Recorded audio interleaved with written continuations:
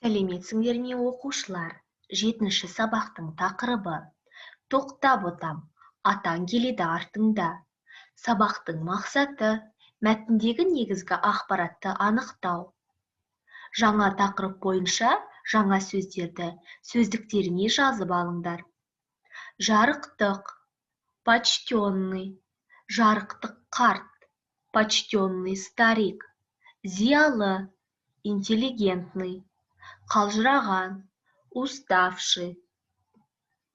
4-ші тапсырма, 16-шы бет. Өлеңді тыңда, мәнерлеп оқы. Өлеңнің мәтіннен жалпы есімдерді тап.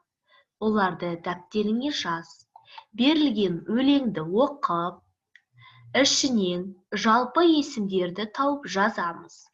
Жалпы есімді естеріңе түсіріңдер. Оларды дәптерлеріңе жазыңдар.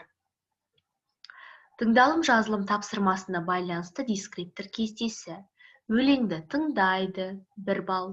Өлеңді мәнерлеп оқиды, 1 балл. Өлең мәтіннен жалпы есімдер теріп жазады, 1 балл. Сөйлемдерді жазу барысында орфографиялық нормаларды сақтайды, 1 балл. Сөздерді қатесіз жазады, 1 балл. Оқылым айтылым тапсырмасы, 6-шы тапсырма, 17-ші бет. Мәтін бойынша берілген ақпараттың дұрыс не бұрыстығын анықта. Оқыған өлең бойынша,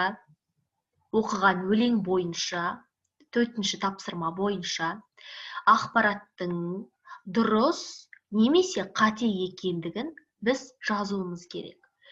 Өлең әкесі мен баласы туралы. Иә, дұрыс. Өлең әкесі мен баласы туралы.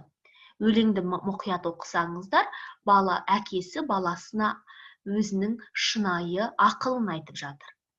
Сол сияқты өзге де ақпараттарды оқып, дұрыс не қате екендігін, бұрыс екендігін жазатын боламыз.